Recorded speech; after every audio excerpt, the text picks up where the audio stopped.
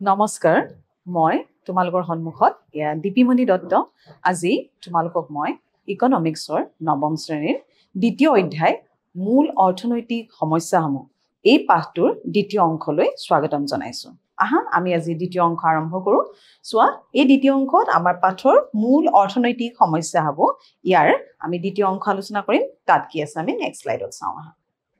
জনসংখ্যাৰ সমস্যা আমি আগৰ যেটো প্ৰথম অংশ আছিল প্ৰথম অংশত আলোচনা কৰিছিলো দৰিদ্ৰতাৰ সম্পৰ্কে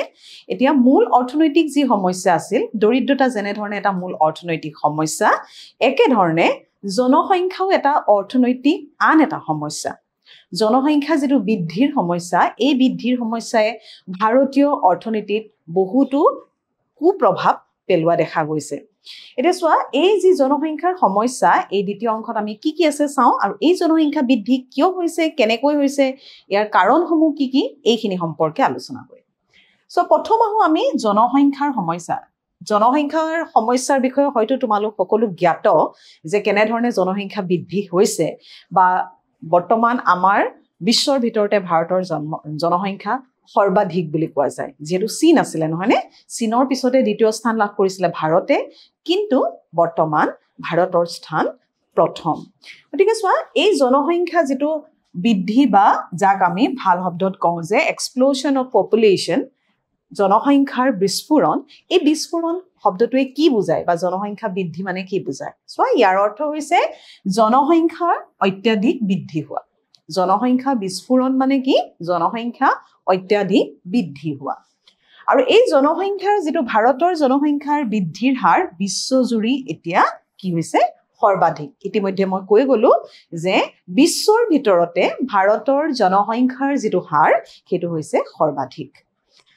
ইয়াৰ পিছত সোৱা বিশ্ব জনসংখ্যাৰ আকাৰত চীনৰ পিছতে দ্বিতীয় স্থানত আছে ভাৰত তাৰ মানে বিশ্বৰ ভিতৰত যদি আমাৰ সৰ্বমুঠ জনসংখ্যাৰ যদি আমি হাৰ চাওঁ চীন আছিল প্ৰথম চীনৰ পিছতে আছিল দ্বিতীয় স্থানত ভাৰত কিন্তু বৰ্তমান যদি কবলৈ যায় তেতিয়ালে কি আমাৰ ভাৰতত বহুতো কাৰণত অত্যাধিক জনসংখ্যা বৃদ্ধি হৈছে যাক আমি জনসংখ্যাৰ বিস্ফোৰণ বুলি কওঁ আৰু এতিয়া সেই জনসংখ্যা বৃদ্ধি হৈ গৈ আমাৰ কি হৈছে ভাৰতে কি স্থান লাভ কৰিছে যে প্ৰথম এই কাৰণে কৈছে বিশ্বজুৰি সৰ্বাধিক কি জনসংখ্যা বৃদ্ধিৰ হাৰ বুজি পালা নেক্সট স্লাইডত চাওঁ সোৱা 2011 চনৰ লোকপিয়ল অনুসৰি যদি কিতাপত তোমালোকৰ দ্বিতীয় যেটো পাঠ আছে তাত তোমালোকৰ 2011 চনৰ লোকপিয়লৰ কথাই দিয়া গৈছে গতিকে আমি এইটো পাঠত 2011 চনৰ যিমান বিলাক লোকপিয়লৰ তথ্য আছে সেই তথ্যৰ বিষয়ে আমি ইয়াত আলোচনা কৰিম এই পাঠটোৰ আৰু এইটো অংশ দ্বিতীয় অংশ তোমালোকৰ তথ্য ভিত্তিক হয় কিন্তু তথ্যবিলাক তোমালোকে খুব মন দি শুনিবা কাৰণ এইবিলাকৰ পৰা তোমালোকৰ দণ্ডচিত্ৰও আহে আৰু কিছুমান মাল্টিপল চইচ কোৱেশ্চনছো আহে যিবিলাকৰ জৰিয়তে কিছুমান তথ্য উঠাই দিয়া যায় এই তথ্যবিলাকৰ পৰা তোমালোকে কি কৰিব লাগিব শুদ্ধ তথ্যটো বাছিব লাগিব ইয়াত আমি তুলনামূলক এটা ষ্টাডি কৰিম তুলনামূলক এটা অধ্যয়ন হেতু হ'ব কিহৰ ভিতৰত ভাৰত আৰু অসমৰ কিছুমান তুলনামূলক তথ্যও আছে জনসংখ্যাৰ লগত জড়িত হোৱাকৈ তে প্ৰথমে চাওঁ 2011 চনৰ লোকপিয়ল অনুসৰি ভাৰতৰ জনসংখ্যা কিমান ভাৰতৰ জনসংখ্যা কিমান বুলি কৈছে 2011 চনৰ লোকপিয়ল অনুসৰি কিমান প্ৰায় আমি ক'ব পাৰো যে 121 কোটি কিমান ক'ব পাৰো আমি 121 কোটি ঠিক আছে এতিয়া সোৱা এইটো হৈছে আমাৰ কোনটো তথ্য অনুসৰি 2011 চনৰ লোকপিয়লৰ তথ্য অনুসৰি ভাৰতৰ মুঠ জনসংখ্যা যেটো মুঠ জনসংখ্যাৰ কথা কৈছে এতিয়া সোৱা আমাৰ বিশ্বৰ ভিতৰতে আমাৰ ভূমিৰ পৰিমাণ কিমান হৈছে ভূমি বা মাটি আছে কিমান বুলি কৈছে বিশ্বৰ ভিতৰতে 2.4% হয়নে আৰু এই 2.4% কি ভাৰতে দখল কৰা ঠিক আছে এটো ভূমি হৈছে কি ভাৰতে বিশ্বৰ ভিতৰতে 2.4% ভূমি ভাৰতে দখল কৰি আছে ঠিক আছে আমাৰ দেশে এতিয়া সোৱা এই 2.4% ভূমিত জনসংখ্যা কিমান আছে সোৱাচোন কিমান জনসংখ্যা কিমান আছে বুলি কৈছে 17.5 জনসংখ্যা হৈছে 17.5% ভাবিছোৱা বিশ্বৰ ভিতৰতে আমাৰ মাটি কিমান আছে বুলি কৈছে 2.4% আৰু সেই 2.4% মাটিত আমাৰ জনসংখ্যাৰ পৰিমাণ কিমান 17.5%। তেলে তোমালোকে বুধই অনুমান কৰিব পাৰিছা যে জনসংখ্যা অত্যাধিক বৃদ্ধিটো হৈছে আমাৰ এটা মূল অৰ্থনৈতিক সমস্যাৰ এটা অংশ বুলি আমি ক'ব পাৰো ঠিক আছে নেক্সট স্লাইড চাও ইয়াত দিছে ভাৰতৰ জনসংখ্যা বিতৰণ তাৰ মানে ভাৰতত সৰ্বমুঠ আমাৰ বৰ্তমান কিমানখন তোমালোকে ৰাজ্য আছে হয়তো জানা কিমানখন ৰাজ্য আছে বাৰু ভাৰতত মুঠ এতিয়া 28খন বুলি ক'ব পাৰো হয়নে তেছো এই ৰাজ্যবিলাকৰ ভিতৰত সেই 2011 চনৰ তথ্য বাৰেপতি মন কৰিবা যে আমি বৰ্তমানৰ তথ্য কৈ থকা নাই 2011 চনৰ তোমালোকৰ কিতাপত দিয়া তথ্যখিনিৰ মতে মই ইয়াত তোমালোকক আলোকপাত কৰি দিছো তথ্যবিলাক তেছো সেই মতে উত্তৰ প্ৰদেশ ইউপি উত্তৰ প্ৰদেশত কি হৈছিলে জনসংখ্যা কিমান চোৱা 19.9 কোটি আৰু লক্ষদ্বীপত কিমান 64429 জন তাৰ মানে আমি কি বুজিলো ইয়াত উত্তৰ প্ৰদেশত ভাৰতৰ মুঠ ৰাজ্যবিলাকৰ ভিতৰত এই উত্তৰ প্ৰদেশত কি হয় সৰ্বাধিক জনসংখ্যা ভাৰতৰ ৰাজ্যবিলাকৰ ভিতৰত উত্তৰ প্ৰদেশৰ সৰ্বাধিক জনসংখ্যা আৰু জনসংখ্যা কিমান 19.9 কোটি আৰু একে ধৰণে সৰ্বনিম্ন কোনখনত সৰ্বনিম্ন জনসংখ্যা ক'ত আছে লক্ষদ্বীপ এই লক্ষদ্বীপত সৰ্বনিম্ন 64429 জন বুজি পালা তেতিয়ালে উত্তৰ প্ৰদেশত সৰ্বাধিক আৰু লক্ষদ্বীপত হৈছে সৰ্বনিম্ন 2011 চনৰ লোকপিয়লৰ তথ্য অনুসৰি ভাৰতৰ জনসংখ্যাৰ এটা বিতৰণ ইয়াৰ পিছত চাও আমি বাস কৰা ৰাজ্যখনৰ তথ্য অসমৰ এতিয়া চাও যে আমি পালো যে ভাৰতৰ তথ্য আমি দুখন ৰাজ্যক দিলো দুখন ৰাজ্যৰ উত্থাপন কৰিলো এতিয়া চাও আমি অসমৰ কেনে ধৰণৰ জনসংখ্যাৰ বিতৰণটো চোৱা অসমত কিমান জনসংখ্যা 3.12 লাখ কিমান কৈছে অসমত 3.12 লাখ ঠিক আছে 3.12 লাখ আৰু চোৱা এতিয়া অসমৰ কোনখন জিলাত যেনেকে ভাৰতৰ উত্তৰ প্ৰদেশত সৰ্বাধিক আৰু সৰ্বনিম্ন লক্ষদ্বীপত তেনে ধৰণে অসমৰ কোনখন জিলাত সৰ্বাধিক চোৱা নগাঁও সৰ্বাধিক কি কলো অসমৰ নগাঁও ঠিক আছে আৰু চোৱা একে ধৰণে সৰ্বনিম্ন কি হৈছে দ্বিতীয় বৃহৎ পিছত চাম আমি সৰ্বনিম্ন চোৱা সৰ্বনিম্ন ক'ত হৈছে এফালে ডিমা হাছাও সৰ্বনিম্ন হৈছে ডিমা হাছাও সৰ্বাধিক হৈছে ক'ত বুলি ক'লো নগাঁও তেতিয়ালে সৰ্বনিম্ন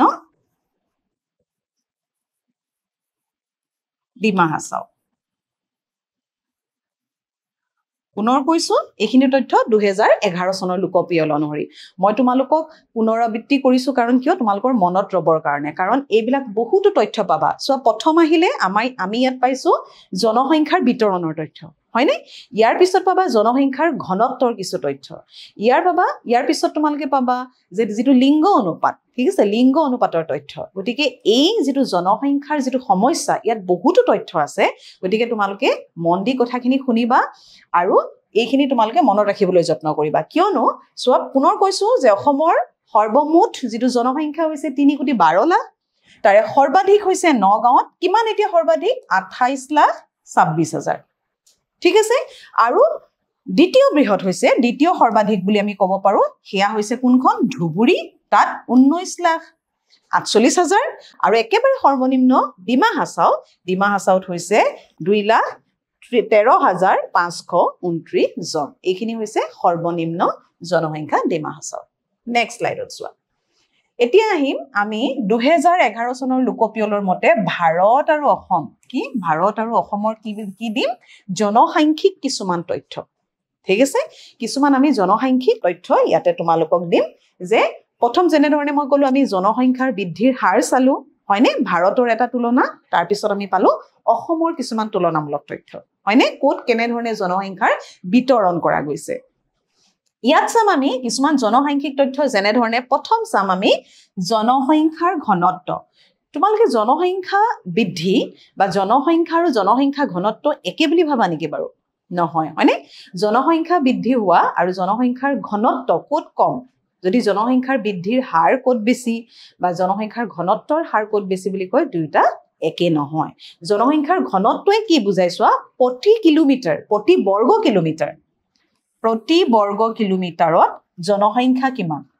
প্ৰত্যেক বৰ্গ কিলোমিটাৰত জনসংখ্যা কিমান সেই কথাখিনি হুচাই এই ঘনত্বই জনসংখ্যাৰ ঘনত্বই ঠিক আছে সো এতিয়া চাও আমি প্ৰথমে ভাৰতৰ এইখিনি যিখিনি তথ্য তোমালোকক দিয়া গৈছে এই তথ্যখিনি হৈছে ভাৰতৰ প্ৰেক্ষাপট ঠিক আছে সো তেলে ভাৰতৰ জনসংখ্যাৰ ঘনত্ব কিমান ভাৰতৰ জনসংখ্যাৰ ঘনত্ব হৈছে 382 জন এটো হৈছে ভাৰতৰ জনসংখ্যা ঘনত্ব ঠিক আছে এতিয়া চাও ভাৰতৰ আটাইতকৈ বেছি জনসংখ্যা ঘনত্ব কোনখন ৰাজ্যত আছে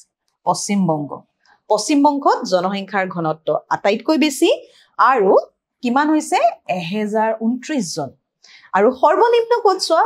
সৰ্বনিম্ন হৈছে ক'ত অৰুণাচল প্ৰদেশ আৰু কিমান হৈছে মাত্ৰ 17 জন মনত থাকিব মই ইয়াত লিখি দিয়া নাই আন্ডাৰলাইন কৰি দিছো তোমালকে নোট ডাউন কৰি লবা এইখিনি পুনৰ কৈছো চোৱা জনসংখ্যা ঘনত্বৰ অৰ্থ হৈছে প্ৰতি বৰ্গ কিলোমিটাৰত কিমান জনসংখ্যা আছে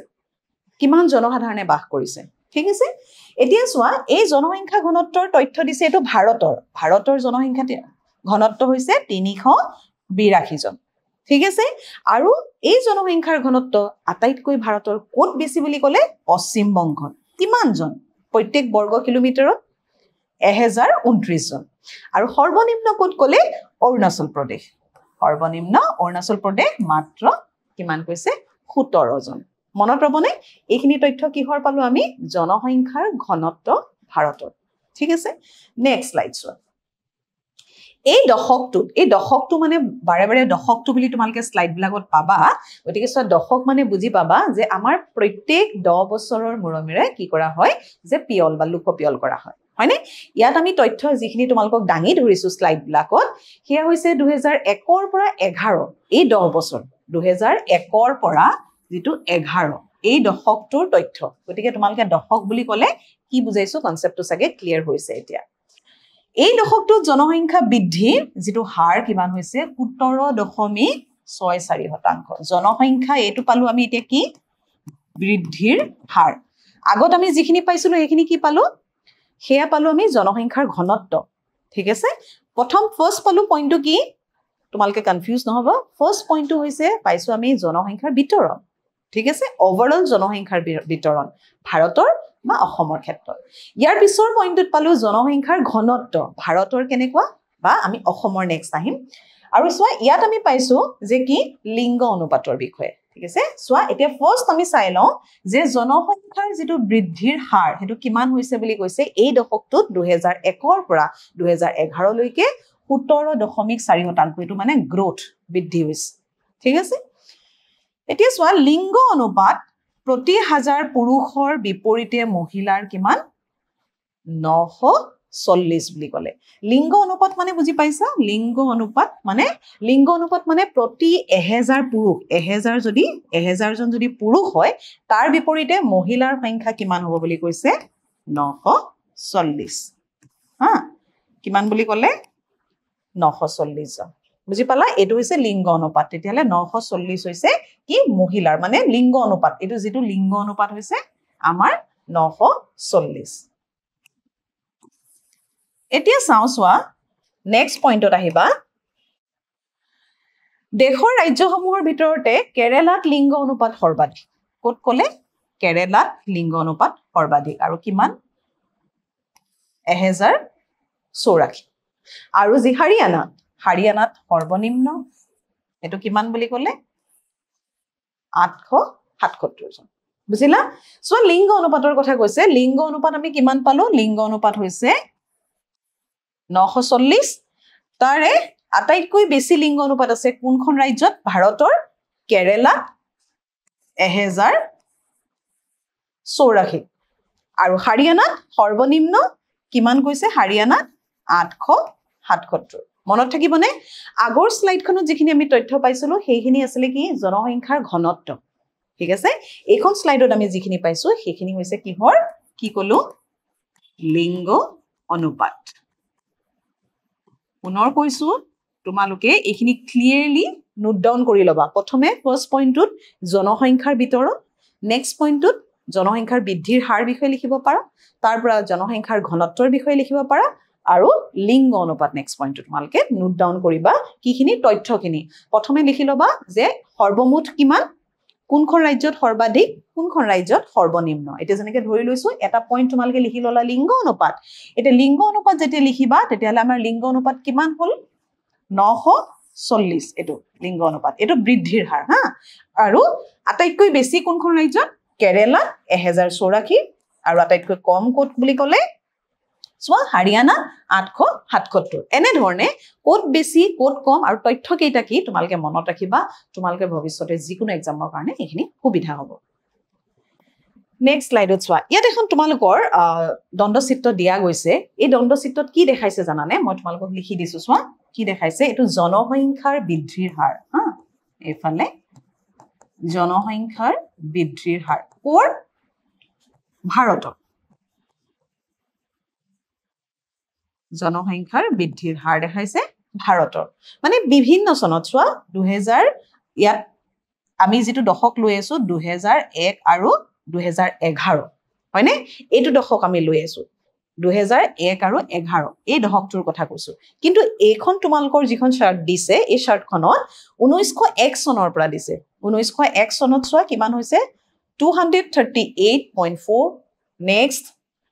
1911 1911 চনত 252.1 next হৈছে 251.4 next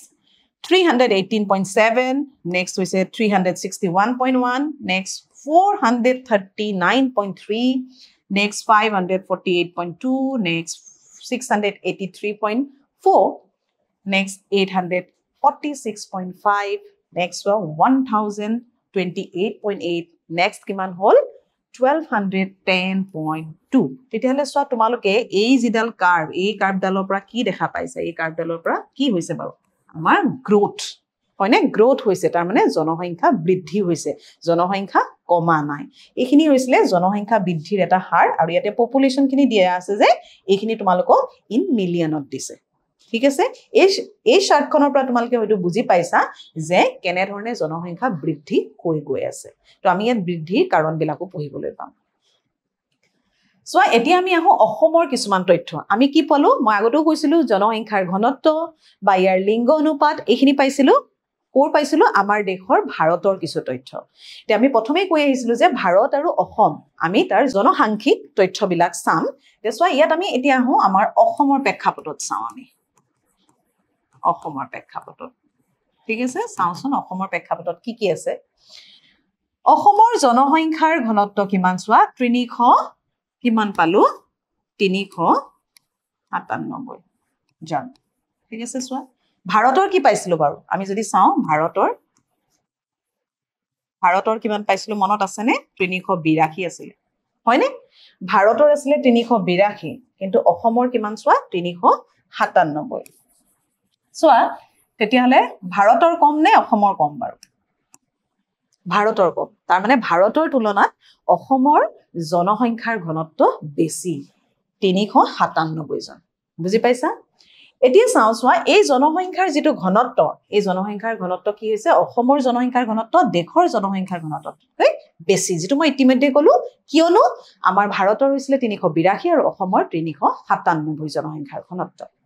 নেক্সট ওয়া অসমৰ এতিয়া কোনখন জিলা যেনে ধৰণে ভাৰতৰ বিভিন্ন ৰাজ্যৰ কথা কৈছিলো তথ্য দিছিলো তোমালোকক হয়নে একে ধৰণে অসমৰ সোৱা অসমৰ কামৰূপ মহানগৰ এখিনি পুনৰ কৈছো মই 2011 চন এই 1 পৰা 11 চনৰ যেটো লোকপিয়লৰ তথ্য সেইখিনি কৈ আছো ঠিক আছে সোৱা কামৰূপ মহানগৰ জিলাত জনসংখ্যাৰ ঘনত্ব সৰ্বাধিক কিমান 2010 জন আৰু সোৱা দ্বিতীয় সৰ্বাধিক এজন দ্বিতীয় সৰ্বাধিক হৈছে কোট ধুবুৰী 1171 জন নেক্সট সোৱা সৰ্বনিম্ন আটাইতকৈ কম কোনখন ৰাজ্যত ডিমা হাছাও মাত্ৰ 44 বুজি পালা তেতিয়ালে সোৱা পুনৰ কৈছো জনসংখ্যাৰ ঘনত্ব অসমৰ 397 আৰু আটাইতকৈ জনসংখ্যা বেছি হৈছে কামৰূপ মহানগৰ 2010 তাৰ পিছত আমি ক'ব পাৰো ধুবুৰী 1171 তাৰ পিছত ডিমা হাছাও যি হৈছে 44 মাত্ৰ ঠিক আছে এইখিনি হৈছে অসমৰ জনসংখ্যাৰ ঘনত্বৰ কিছু তথ্য এই দশক বুলি ক'লে পুনৰ কৈছো 2001 পৰা 11 ঠিক আছে এই দশকটোত জনসংখ্যাৰ বৃদ্ধিৰ হাৰ কিমান বুলি কৈছে এই 2000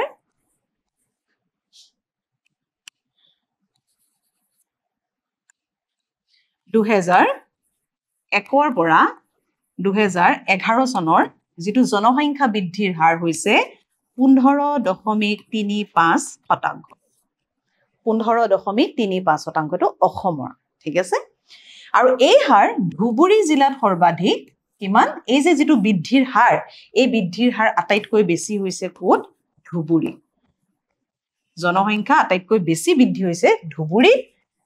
24.4% আৰু কোকৰাঝাৰত সৰ্বনিম্ন হেয়া হৈছে কি? কোকৰাঝাৰ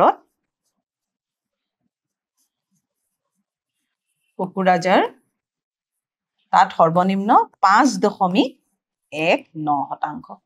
বুজি পালা যে এইটো কিহৰ হাৰ বুলি দিলে? জনসংখ্যা বৃদ্ধিৰ হাৰ। কেনেকৈ অসমত জনসংখ্যা বৃদ্ধি হৈছে? ক'ত? অসমৰ কোনখন জিলাত আটাইতকৈ বেছি হৈছে বৃদ্ধি গলে? ধুবুৰী আৰু কম হৈছে কোকৰাঝাৰত, ঠিক আছে? নেক্সট স্লাইডত চাও অসমৰ লিংগ অনুপাত। তেতিয়ালে জনসংখ্যা বৃদ্ধি চালো ভাৰতৰ লগতে অসমৰো। এবাৰ চাও লিংগ অনুপাত আমি। জনসংখ্যা বৃদ্ধি, জনসংখ্যাৰ ঘনত্ব এইখিনি হৈ গল। এবাৰ লিংগ অনুপাতলৈ আহো। সোৱা লিংগ অনুপাত অসমত কিমান বুলি কৈছে? 954 জন। এটো হৈছে লিংগ অনুপাত অসমৰ। পুনৰ কৈছো লিংগ অনুপাত মানে 1000 জন পুৰুষৰ বিপৰীতে মহিলাৰ যেটো অনুপাত, লিংগ অনুপাত। আৰু এই কৈছে কি সোৱা? ই এক শুভ লক্ষণ, কাৰণ এই অনুপাত সৰ্বভাৰতীয় অনুপাততকৈ বেছি। ভাৰতৰ অনুপাততকৈ অনুপাতটো বেছি। নেক্সট কৈছে সোৱা যি মৰিগাঁও জিলাত লিংগ অনুপাত আটাইতকৈ বেছি আৰু কামৰূপ মহানগৰত আটাইতকৈ লিংগ অনুপাত কম। মৰিগাঁৱত কিমান কলে? মৰিগাঁৱত লিংগ অনুপাত আটাইতকৈ বেছি, হেয়া হৈছে 976 জন আৰু কামৰূপ মহানগৰ আটাইতকৈ কম বুলি কৈছে 922 জন। ঠিক আছে? এইখিনি হৈছে লিংগ অনুপাতৰ তথ্য। নেক্সট চাও আমি সোৱা অসম তথা ভাৰতৰ জনসংখ্যা বৃদ্ধিৰ মূল কাৰণ। সোৱা ইতিমধ্যে আমি যিখিনি আলোচনা কৰিলো হেতু এটা টপিক, মূল টপিক আছিলে। হেয়া হৈছিল আমাৰ জনসংখ্যাৰ সমস্যা। জনসংখ্যাৰ সমস্যাৰ ক্ষেত্ৰত আমি কি ধৰণৰ সমস্যা পালো? যে জনসংখ্যাৰ বিতৰণ পালো। তাৰ পিছত জনসংখ্যাৰ বিতৰণৰ পিছতে আমি আলোচনা কৰিছিলো জনসংখ্যাৰ বৃদ্ধিৰ হাৰ, জনসংখ্যাৰ ঘনত্ব আৰু লগতে ইয়াৰ লিংগ অনুপাত। ঠিক আছে? এটা অন্য এটা টপিকলৈ আহো যে এই জনসংখ্যা যে বৃদ্ধি হৈছে, অসমৰ বৃদ্ধি হাৰ বা ভাৰতৰ বৃদ্ধি হাৰ, এইখিনি যে আমি আলোচনা কৰিছো, এই যে বৃদ্ধি হৈছে, এই বৃদ্ধি হোৱাৰ মূল কাৰণ কি?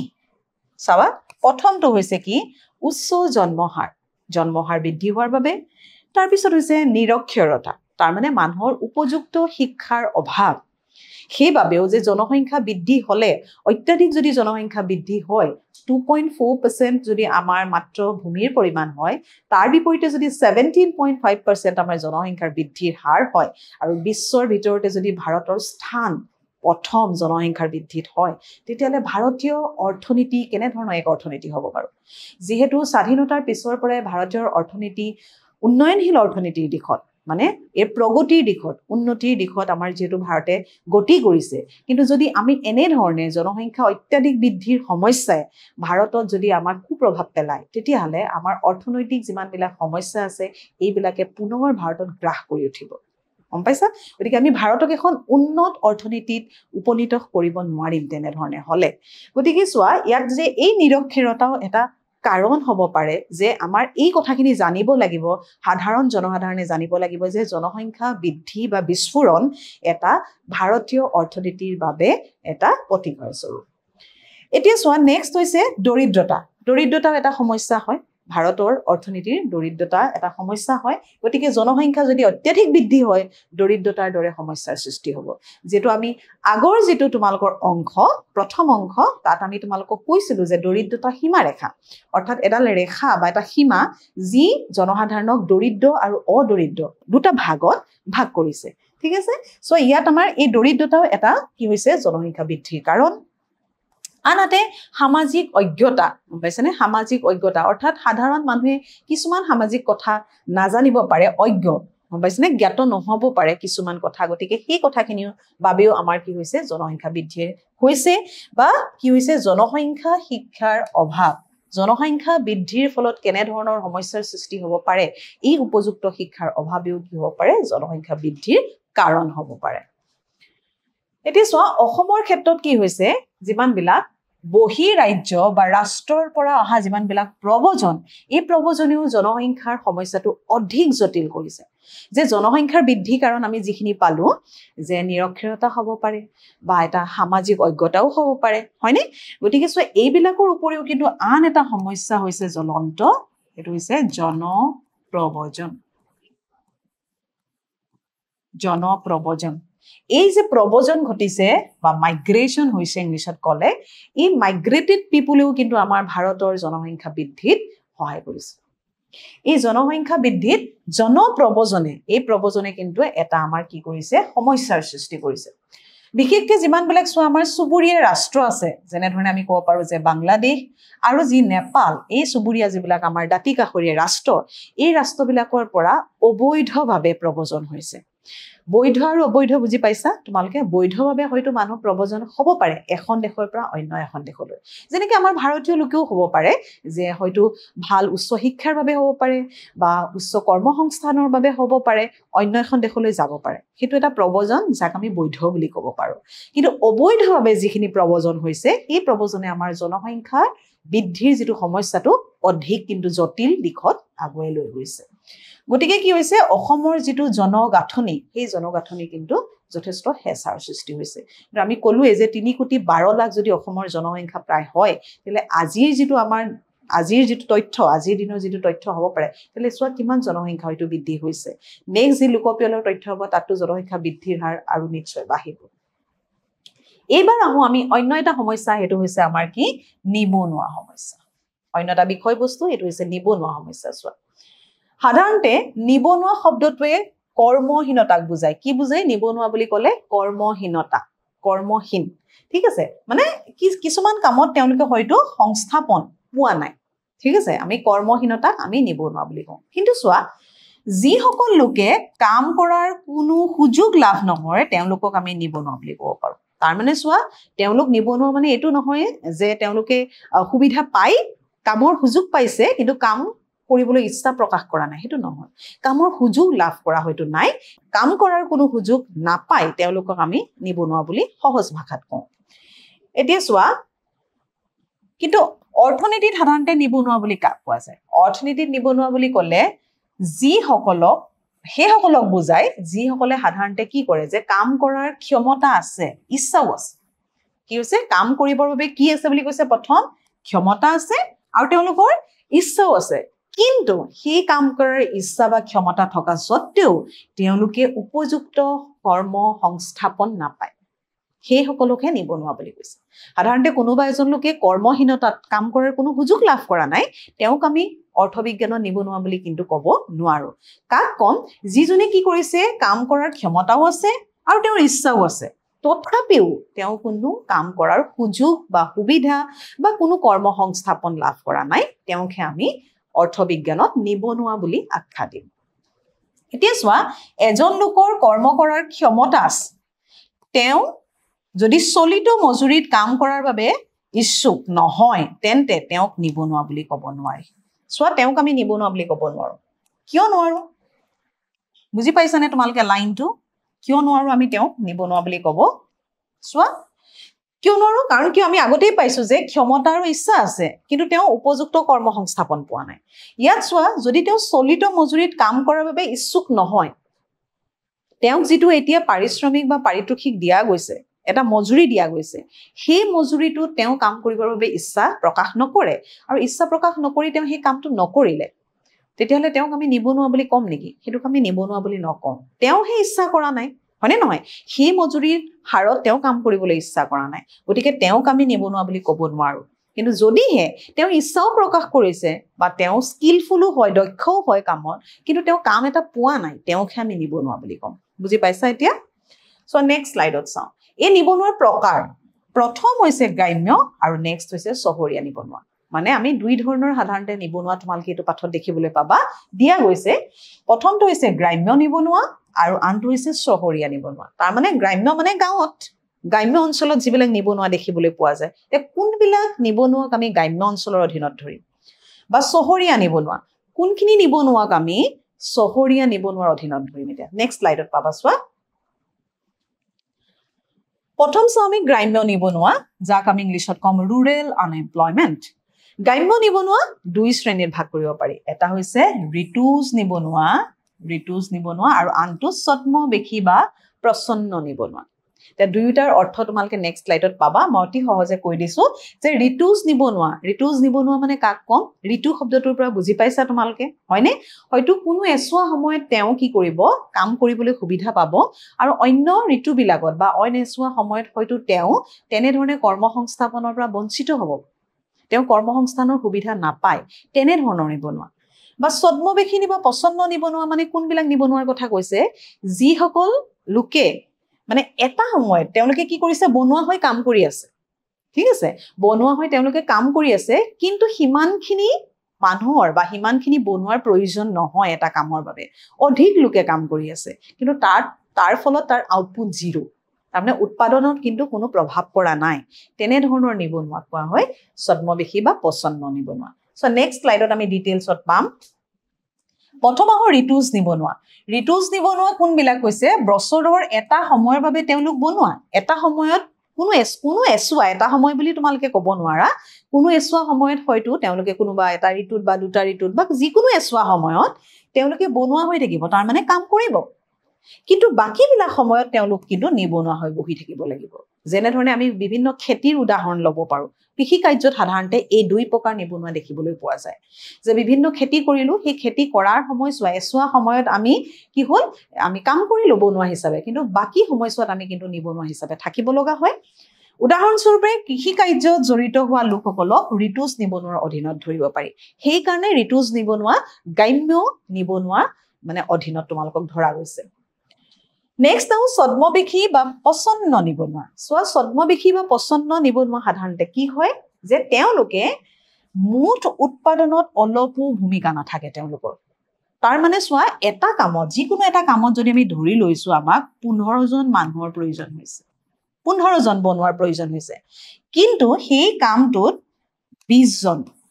20জন বনোৱাই যদিও কাম কৰি আছে ধৰি লৈছো।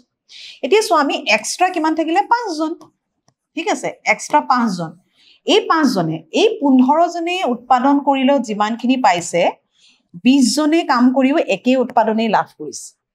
যদি আমি এক্সট্ৰা 5জন লেবাৰ কিবা এটা কামত লগাইছো, তেতিয়াহ'লে হয়তো উৎপাদনত তাৰ প্ৰভাৱ পৰিব লাগিছিল, উৎপাদন অধিক হ'ব লাগিছিল, বা কম সময়ত কামটো সম্পন্ন হৈ উঠিব লাগিছিল, সেয়া কিন্তু হোৱা নাই। তেতিয়াহ'লে চোৱা, এক্সট্ৰা যি 5জন লোকে কাম কৰি আছে, সেই অতিৰিক্ত 5জনক আমি ক'ব পাৰোঁ যে ছদ্মবেশী বা প্ৰচ্ছন্ন নিবনুৱা। বুজি পালা? চ' সেয়ে দিছে এটা উদাহৰণস্বৰূপে, এটা কামত যদি 2জন মানুহ লাগে, 2জন মানুহে কৰিব পাৰে, তাত কিন্তু আমি কিমানজন লোক? 5জন লোক হৈ আছে। সেই যে অতিৰিক্ত 3জন লোক, সেই 3জন লোকক আমি কি বুলি ক'ম? ছদ্মবেশী নিবনুৱা। বুজি পালা? বা প্ৰচ্ছন্ন নিবনুৱা। নেক্সট স্লাইড চোৱা, এতিয়া আহিলে চহৰীয়া যিটো নিবনুৱা। সাধাৰণতে আমি চহৰ অঞ্চলত, গম পাইছেনে, আৰবান, যিটো আমাৰ আৰবান আনএমপ্লয়মেণ্ট যিটো আমি কওঁ, আগত আমি পালো ৰুৰেল আনএমপ্লয়মেণ্ট এটা, হয়নে? এতিয়া চোৱা, যিটো আৰবান আনএমপ্লয়মেণ্ট, তাত আমাৰ কি হয়, সাধাৰণতে আমি দেখিবলৈ পাওঁ দুই ধৰণৰ নিবনুৱা আমি দেখিবলৈ পাওঁ। চোৱা, এটা হৈছে উদ্যোগিক নিবনুৱা আৰু আনটো হৈছে শিক্ষিত নিবনুৱা। চ' একেবাৰে সহজ, তোমালোকে টাৰ্মটো দেখি হয়তো বুজিয়ে উঠিছা যে উদ্যোগিক শব্দটো বুজি পাইছা, উদ্যোগ প্ৰতিষ্ঠানত সাধাৰণতে যিসকলে কাম কৰে, হয়নে? বা শিক্ষিত মানে কি? চ' এটা শিক্ষিত নিবনুৱা বুলি কৈছে, এটা শিক্ষিত হৈও তেওঁলোকে কোনো এটা কৰ্মসংস্থাপনৰ সুবিধা লাভ নকৰে, ঠিক আছে, আৰু তেওঁলোক হয়তো স্কিলফুলো হয়, তেওঁলোকৰ ইচ্ছাও আছে, কিন্তু তথাপিও তেওঁলোকে কোনো এটা কৰ্মসংস্থাপন লাভ কৰা নাই, সেইখিনিক আমি শিক্ষিত বুলি কওঁ। চ' আমি নেক্সট স্লাইডত ডিটেইলছত চাম। উদ্যোগিক নিবনুৱা, প্ৰথমটো চাওঁ আমি উদ্যোগিক নিবনুৱা। চোৱা, চহৰৰ উদ্যোগিক খণ্ডত যিসকল লোকে কৰ্মসংস্থাপনৰ সুবিধা লাভ নকৰে, তেওঁলোকক আমি উদ্যোগিক নিবনুৱা বুলি কওঁ। তেওঁলোকৰ কাম কৰাৰ ইচ্ছা আছে, কিন্তু দক্ষও হয়, কিন্তু তেওঁলোকে কি হৈছে, চহৰত কাম কৰাৰ যিটো ইচ্ছা, সেই ইচ্ছা অনুপাতে কৰ্মসংস্থাপনৰ সুবিধা লাভ কৰা নাই। চ' কিমান মানুহে কৰ্মসংস্থাপনৰ সুবিধা লাভ কৰিব? তোমালোকেতো আগত পাই আহিছা, সেইকাৰণে অত্যাধিক জনসংখ্যাৰ বৃদ্ধিটো হৈছে আমাৰ বাবে এটা সমস্যা স্বৰূপ, গম পাইছানে? সেয়ে হৈছে চোৱা, কৰ্মসংস্থাপনৰ লাভ কৰা নাই, তেওঁলোক স্কিলফুলো হয়, গতিকে চোৱা, তেনেধৰণৰ যিখিনি নিবনুৱা হ'ব, সেইসকলক কম আমি কি? উদ্যোগিক নিবনুৱা। এতিয়া বুজিছা? নেক্সট চাওঁ, চোৱা, শিক্ষিত নিবনুৱা। আনহাতে উপযুক্ত শিক্ষাগত অৰ্হতা থকা স্বত্বেও, ঠিক আছে উপযুক্ত শিক্ষাগত অৰ্হতা আছে যিকোনো এটা চাকৰিৰ বাবে আমাৰ সাধাৰণতে উপযুক্ত কিছুমান শিক্ষাগত অৰ্হতা লাগিব এই অৰ্হতাখিনি যদি তোমাৰ আছে তেতিয়া থকা সত্ত্বেও কিন্তু কি হয় কিছুমান লোকে কৰ্মসংস্থাপনৰ সুবিধা লাভ নকৰে তেনে লোকক আমি কি বুলি কম শিক্ষিত নিবনুৱা আগত আমাৰ কি হৈছিল অশিক্ষিত নিবনুৱা লোকৰ সংখ্যা আছিল কিন্তু বৰ্তমান শিক্ষিত নিবনুৱা লোকৰ সংখ্যা বহু বেছি কিয়নো পুনৰ কলো জনসংখ্যা বৃদ্ধি হয় জনসংখ্যাৰ বৃদ্ধিৰ সমস্যাৰ বাবে এনে ধৰণৰ আমাৰ কিছুমান সমস্যা সৃষ্টি হৈছে ঠিক আছে সেই লোকসকলে উপযুক্ত শিক্ষা থকা সত্ত্বেও কিন্তু কোনো কামৰ সুবিধা লাভ কৰা নাই তেনে ধৰণৰ নিবনুৱাৰ যেটো প্ৰকাৰ সেই প্ৰকাৰক কোৱা যায় শিক্ষিত নিবনুৱা বুজিলা তেতিয়ালে নিবনুৱা কি ধৰণৰ পালা মূলত দুটা প্ৰকাৰ আছে এটা হৈছে গ্ৰাম্য ৰুৰেল আনএমপ্লয়মেন্ট আৰু আনটো হৈছে কি আমাৰ কি বলো চহৰীয়া বা আৰবান আনএমপ্লয়মেন্ট তাৰে দুটা ভাগ পালো প্ৰথমটো পালো আমি কি গ্ৰাম্যৰ ক্ষেত্ৰত কি পালো মনত পৰিছেনে তোমালোকৰ প্ৰথম পালো আমি ছদ্মবেশী নিবনুৱাৰ কথা বা ঋতুজ নিবনুৱাৰ কথা পালো দুটা হয়নে আৰু আনটো পালো আমি কি শিক্ষিত আৰু উদ্যোগিক নিবনুৱা এখিনি হৈছে চহৰীয়া নিবনুৱাৰ ভাগ এতিয়া আহো এই অংশটো যেটো দ্বিতীয় অংশ ইয়াৰ মূল্যায়নলৈ তোমালকে বোধহয় বুজি পালা ইতিমধ্যে আমি কি আলোচনা কৰিলো অকনমান মনত পৰিছেনে বাৰু তোমালোকৰ জনসংখ্যাৰ সমস্যাৰ বিষয়ে আমি আলোচনা কৰিলো হয়নে আৰু কিছুমান তথ্য আমি আলোচনা কৰিলো যে জনসংখ্যাৰ বৃদ্ধিৰ তথ্য লিংগ অনুপাত বা তোমাৰ জনসংখ্যাৰ ঘনত্ব ভাৰত আৰু অসমৰ কিছুমান তুলনামূলক তথ্য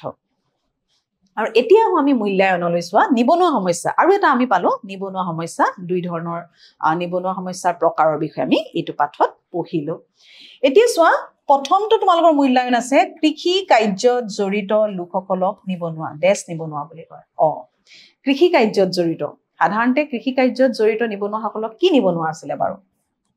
কি আছিল মনত পৰিছেনে ঋতুজ নিবনুৱা হা কৃষি কাৰ্যত জড়িত লোকসকলক কি নিবনুৱা বুলি কয় ঋতুজ নিবনুৱা বুলি কয়